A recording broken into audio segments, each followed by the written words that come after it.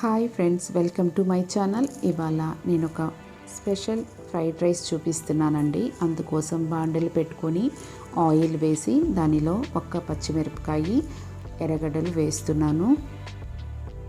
ఇవి కొంచెం వేగాక దీనిలో వెజిటేబుల్స్ వేసుకుందాం. నేను క్యారెట్, బీన్స్, బఠానీ తీసుకున్నాను. ఇవి మంచిగా వేపుకుందాం. ఏం లేదండి, స్పెషల్ ఫ్రైడ్ రైస్ ఏంటంటే అటుకులతో ఫ్రైడ్ రైస్ చేస్తున్నాను. రైస్ లేకుండా ఫ్రైడ్ రైస్ అన్నమాట. ఇవి కొంచెం మగ్గపెట్టుకోవాలి. సాల్ట్ వేసి మూత పెట్టి 2 నిమిషాలు ఉడకనిద్దాం. ఓకే అండి, కొంచెం ఉడికాయి. ఇప్పుడు దీనిలో జీరా పౌడర్ వేసుకుందాము. కొంచెం కారం వేసుకుందాం. కొంచెం ధనియాల పొడి వేసుకుందాం.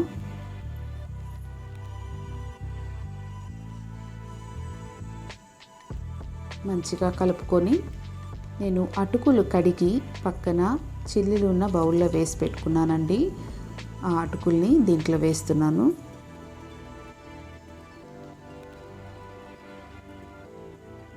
ఇది బాగా కలుపుకోవాలి.